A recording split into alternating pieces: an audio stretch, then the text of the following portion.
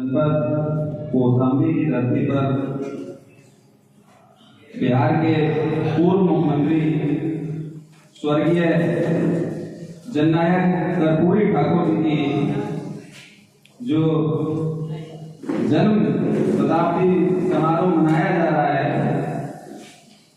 और इसमें मुझे जो मुख्य अतिथि के रूप में मौका मिला है तो मैं सभी अपने बुजुर्ग और हम उम्र साथियों के चरणों में वंदन अभिनंदन करता हूँ और सभी को बहुत बहुत धन्यवाद देना चाहता हूँ। आज इस कार्यक्रम में पधारे हमारे विशिष्ट अतिथि श्री रामलोचन सेन जी जो कि पूर्व अध्यापक हैं, विशिष्ट अतिथि श्री राजेंद्र जी ये भी अध्यापक हैं और सभाध्यक्ष श्री सीताराम सेन जी, विशिष्ट अतिथि श्री घनश्याम दास सत्ता जी, विशिष्ट अतिथि श्री कृष्ण कुमार शर्मा जी और कन्हैया जी और यहाँ के जो आयोजक कमेटी है, आयोजक मंडल श्री कन्हैया जी, वीरेंद्र सेन जी, रवि जी, पवन जी, अमन जी, दीपक जी, महेंद्र सेन जी, मोहित जी, जितेंद्र जी, राहुल जी, लवकोश नंदवंशी जी, दिलेंद्र सेन जी, नीतेश शर्मा जी, पत्रकार सोनू जी, लोकेश जी, वीरेंद्र जी, कमलेश जी, अमित जी, अध्यक्ष जी हैं जो एमसीए के अमन विद्यांशु जी, पुष्पेंद्र जी, समस्त सेन शर्मा, नंदवंशी समाज एवं कौशाम्बी जनपद में एक फाउंडेशन भी चल रहा है जिसका नाम पूसा फाउंडेशन है, जिसके उद्देश्य बेटी शिक्षा अभियान एवं पर्यावरण के लिए शिक्षा स्तर पर जोर डालना, यही इनके उद्देश्य हैं। तो आज मैं इस शुभ अवसर पर सभी लोगों को पहले तो अपना परिचय देना चाहता हूं, क्योंकि जब मेरे बारे में कुछ बताया था तो कुछ उसमें गलतियां हो गई थी, हो सकता है कि गलत लिख दिया हो।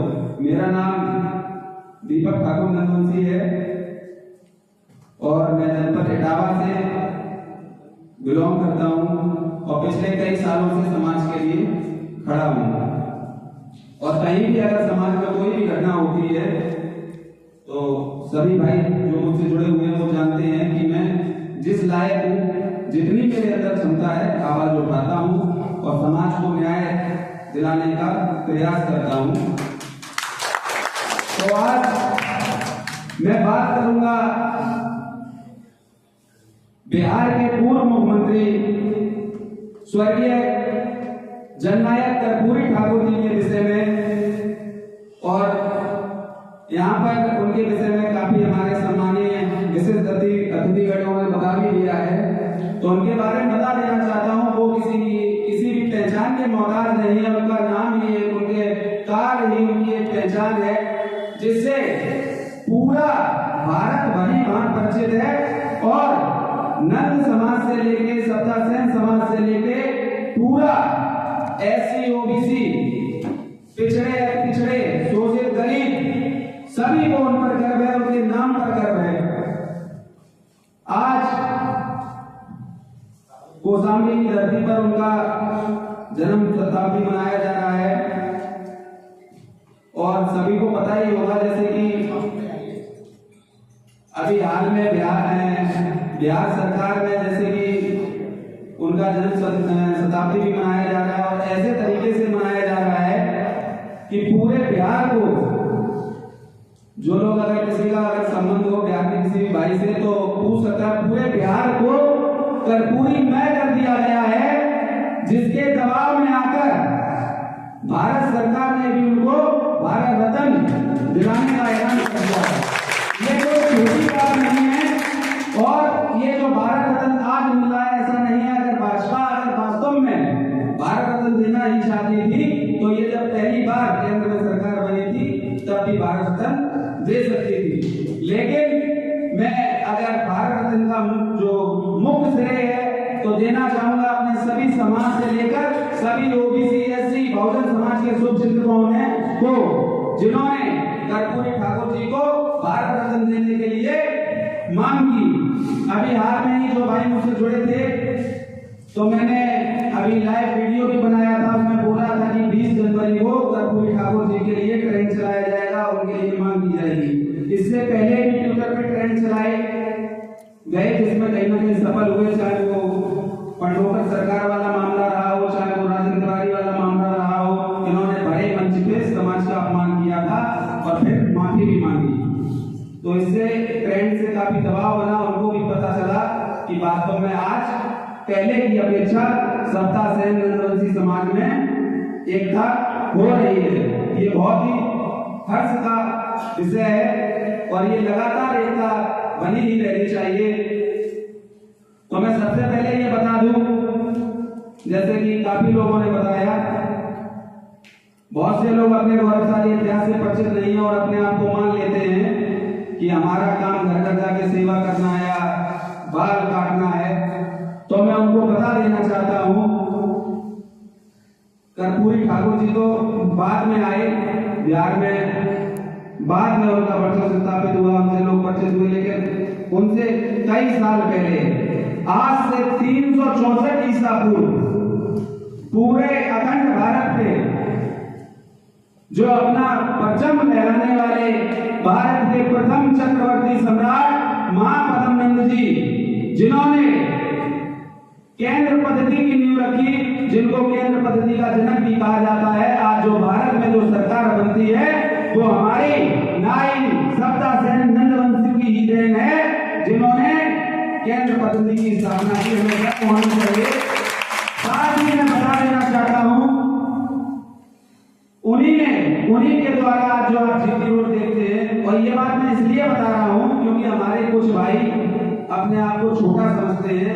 उनका ये मानना है कि हमारा सरकार, जो कुछ पाखंडियों ने, कुछ गद्दार इतिहासकारों ने उनको भटका दिया है और उनसे कह दिया है नहीं, तुम्हारा काम सिर्फ सेवा करना है और ये जो कटिंग करना है यही तुम्हारा मूल पेशा है। तो मैं इस मंच के माध्यम से, इस कार्यक्रम के माध्यम से सभी भाइयों को बता देना चाहता हूं कि जिसका इतना गौरवशाली इतिहास रहा हो, जिस नंद वंश के डर से भारत पे ही नहीं बल्कि संपूर्ण विश्व में सफलता पाने वाला, विश्व विजेता बनने वाला सिकंदर जैसा भी क्रूर शासक, जिस सम्राट, जिस वंश के डर से दुम दबाकर भागा था और अपनी सेना को वापस लिया था, वो कोई और नहीं, हमारे ही नंद वंश के सम्राट धनानंद थे। और हम लोग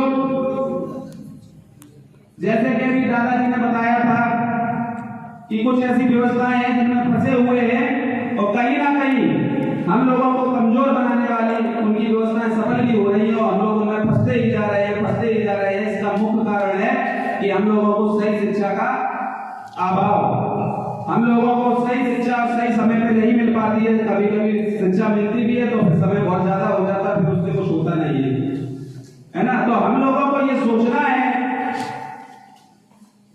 वैसे तो मैं जातिवाद मानता नहीं हूं, लेकिन मुझे ऐसा लगता है कि और जितनी भी इन गद्दार इतिहासकारों ने जो व्यवस्थाएं बनाई, वर्ण बनाए, धाम बनाए, 4 वेद बनाए, उसी में से ब्राह्मण, क्षत्रिय, वैश्य, शूद्र 4 वर्ण बनाए।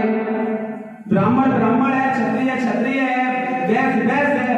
शूद्र समाज पे शासन करने के लिए, शूद्र समाज को विभाजित करने के लिए इन्होंने 6743 जातियों का निर्माण कर दिया, जिसमें नाई, कुमार, तेली कुमार, जितनी भी जातियां इनको पृथक कर दिया, अलग अलग कर दिया। हम लोग आज नाई के साथ कुछ हो रहा है तो दूसरा कोई खड़ा देख रहा है, दूसरे के साथ हो रहा है, नाई देख रहा है। तो ये एक बहुत बड़ी विडंबना है, हमको इस बात को समझना चाहिए। और मैं दादाजी की बात का समर्थन भी करता हूँ, उन्होंने बहुत अच्छे विचार और बेबाकी से खुलकर अपने विचारों को सभी के सामने रखा है और ऐसे समय में रखा है जहां लोग डरते हैं, अपनी बात कहने पे आज बिल्डोजर चल जाते हैं, है ना, एनएसए लगा दिया जाता है। ऐसे समय में अगर दादाजी अपनी बात रख रहे हैं तो बहुत ही गर्व का विषय है। बात आती है एक चीज और चली थी कि हमारे लोग जाति छुपा के रहते हैं, तो मैं बता देना चाहता हूं, आप भी इस चीज को समझिएगा कि जब से भारत देश आजाद हुआ है उत्तर प्रदेश में अपना कोई जनप्रतिनिधि नहीं बन पाया है, चाहे वो विधायक के रूप में हो या सांसद के रूप में हो।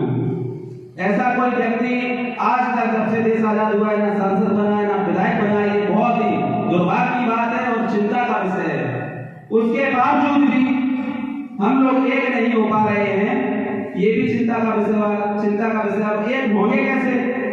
अब उसमें क्या है कि हर जिले में मेरा जो रेशियो है तो कम से कम 3 संगठन तो चले गए होंगे समाज के, अपने अपने संगठन बना लिए हैं। अच्छी बात है, काम करो, लेकिन संगठन का जो मुख्य उद्देश्य होना चाहिए, अगर हमारे समाज में कहीं भी शोषण अत्याचार हो रहा है तो हम लोगों को जितने भी संगठन चल रहे हैं सभी को उस पीड़ित परिवार से मिलकर उसके लिए न्याय की आवाज उठानी चाहिए।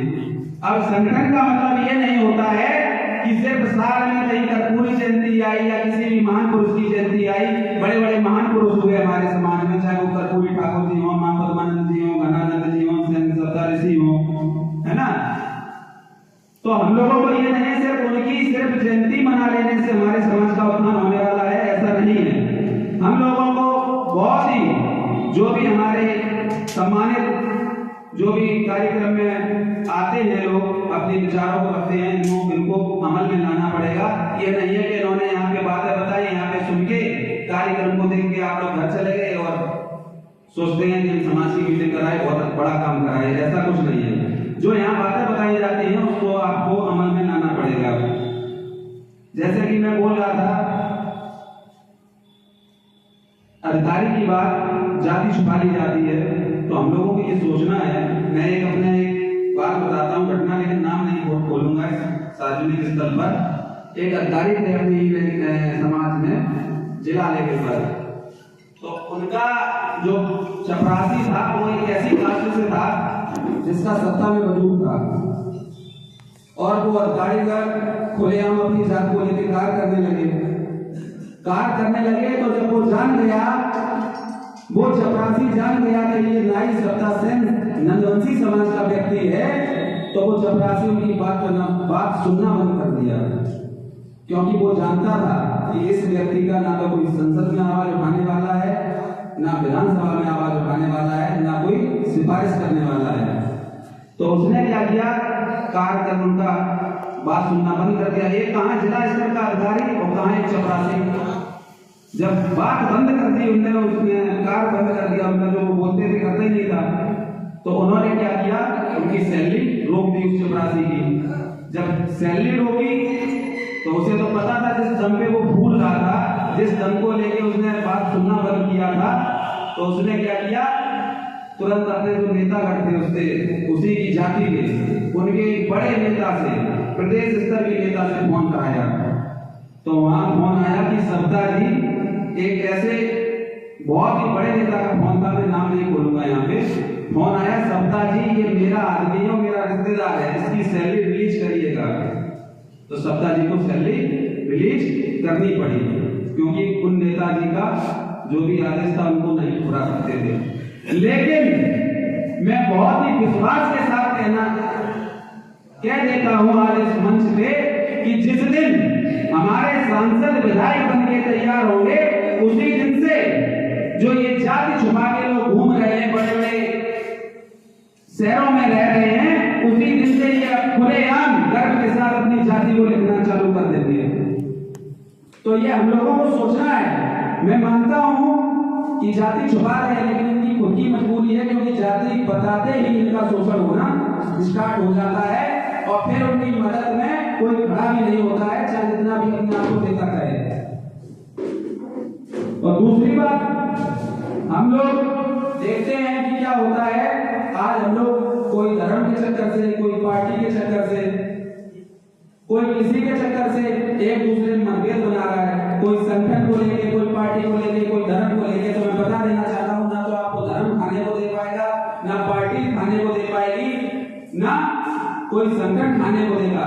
हम लोगों को अलग नहीं होना है। अगर समाज के सम्मान की बात आती है, समाज के अगर हक अधिकार की बात आती है, तो सभी लोगों को संगठित होकर जमीन पे करना पड़ेगा, तभी समाज का उत्थान होगा। ये बहुत ही चिंता का विषय है।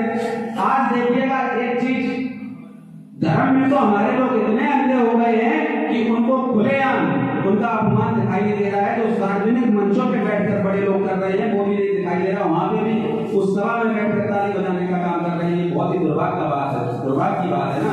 अभी हाल में देखा हुआ कई पाखंडियों ने अपमान किया, उन पाखंडियों को मैंने खुलेआम चुनौती दी, लाइव आके, किसी ने अगर देखा हो, मैंने उनसे कहा जितना तुम ये पाखंडवाद फैला रहे हो, अगर तुम्हारे अंदर वास्तविक रूप से किसी प्रकार की अगर दिव्य शक्ति है तो इस दीपक ठाकुर रंगवंशी के 10 सवालों का उत्तर दे दो, मैं अपनी एक भुजा काट के तुम्हारे चरणों में समर्पित कर दूंगा और जीवन भर तुम्हारा पीछे रहूंगा। और अगर ऐसा नहीं कर सकते हो तो मैंने सरकार से भी कहा, भारत सरकार ने भी आवाज उठाई कि ऐसे पाखंडियों को जेल में डाल दीजिएगा जो ये समाज को अपमानित, भरे मंच में अपमानित करने का कार्य कर रहे हैं। अभी हाल में एक राजनीति बारी करके कथावाचक था, उसने कितना अपमान किया। लोग कहते हैं समाज के शुभचिंतक है, लोग कहते हैं कि हमारा अपमान नहीं हो रहा है, हमें बहुत सम्मान मिल रहा है धर्म में जाकर, है ना। तो इस बात को समझना है कि जब कर्पूरी ठाकुर जी जब कुर्सी पर बैठ रहे थे तो इनका विरोध करने वाले कौन लोग थे?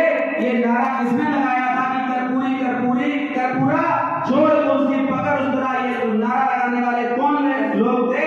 और जब कर्पूरी ठाकुर जी ने आरक्षण की बात की थी तो एक नारा और लगाया था कि कर्पूरिया आरक्षण यहाँ से लाई, क्या कर्पूरिया की मां ले आई? ये नारा लगाने वाले कौन लोग थे? और जिस दिन हमारे लोग उन लोगों को पहचान जाएंगे, उनकी व्यवस्था को पहुंचान जाएंगे, उसी दिन से समाज का उत्थान होना चालू हो जाएगा, समाज का सम्मान होना चालू हो जाएगा। की बात हो या फिर कर्पूरी जी की बात हो या किसी भी महान पुरुष की बात हो, हम लोगों को अपना इतिहास पढ़ लेना चाहिए, तभी हम लोगों को सफलता मिल सकती है, तभी हमारा सम्मान हक अधिकार वापस मिल सकता है। और अगर हम लोग ये चाहें कि उनकी व्यवस्था में अगर रहकर हम लोग अपना सम्मान पालें, ये बहुत ही बिल्कुल ये मान लो 0% की बात है कि ऐसा हो ही नहीं सकता। आज देख लो सेन जी महाराज की कथा सुनाकर मंच पे ये बताया जाता है कि एक सेन महाराज हुआ करते थे और वो एक राजा के यहाँ कार्य किया करते थे। उनके जो भी, अब मैं कार्य के बारे में नहीं बताऊंगा, कटिंग बता दो, या सेवा किया करते थे।